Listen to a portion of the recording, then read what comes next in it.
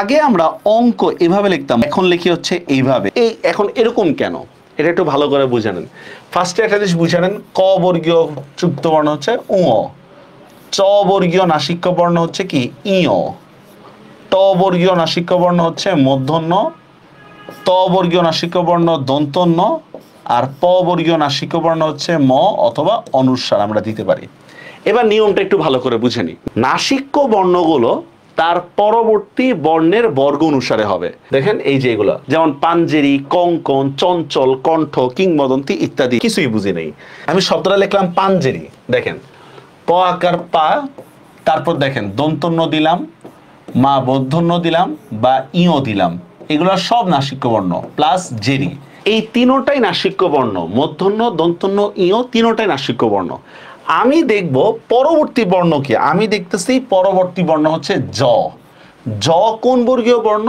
জ হচ্ছে চ বর্গীয় বর্ণ। তাহলে জর সাথে কোনটা মিলে? চ ছ জ ঝ ইও। ঠিক আছে, তাহলে পাঞ্জেরি বানানে আসলে কিন্তু ইও ব্যবহার হয়েছে, ইও। ঠিক আছে, আরেকটা দেখি তাহলে বুঝতে আরো সুবিধা হবে। যেমন দেখেন চঞ্চল, চ, চর পর আমি লিখলাম দন্তন্য অথবা মূর্ধন্য অথবা ইও প্লাস চল। আমি দেখব পরবর্তী বর্ণ কি, নাসিক্য বর্ণগুলোর পরবর্তী বর্ণ কি।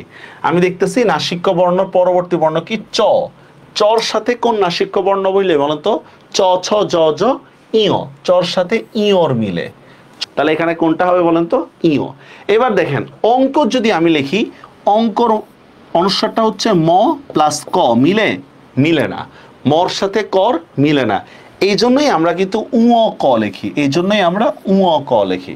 কিংবদন্তি এভাবে লিখলে এটা ঠিক হবে না ভুল হবে বলেন তো? কিংবদন্তি উ দিয়ে লিখলে, আমি দেখতেছি উর পরবর্তী বর্ণ কি ব, বর সাথে উর মিলে না, তাহলে এইটা বাদ, আমাকে লিখতে হবে কিভাবে? কিংবদন্তি। এভাবে সন্ধিবদ্ধ শব্দের নিয়মটা প্রযোজ্য না, যেমন সঙ্গীত, সংগঠন, বাংময়।